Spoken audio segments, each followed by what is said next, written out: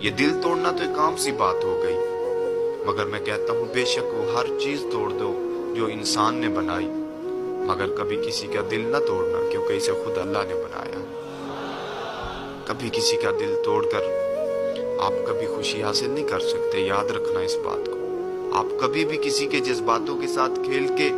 خود سکون کی نیند نہیں سو سکتے۔ آپ لکھ لیں اس بات کو، اگر آپ کسی کا دل توڑ دیں گے، کسی کی محبت کو ٹھکرا دیں گے، تو یقین کریں آپ کو بھی کوئی ایسا ضرور ملے گا جو آپ کا دل توڑ دے گا، جو آپ کی چاہت کو ٹھکرا دے گا۔ اپنا کردار، اپنا اخلاق اس طرح کا بنائیں کہ کبھی بھی کوئی آپ کو بد دعا نہ دے،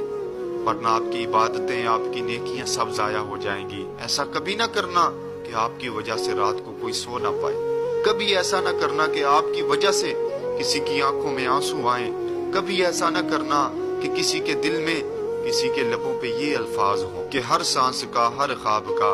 امید کا، سیلاب کا، تجھ سے جڑی ہر بات کا شکریہ، تیری دھوپ کا، برسات کا،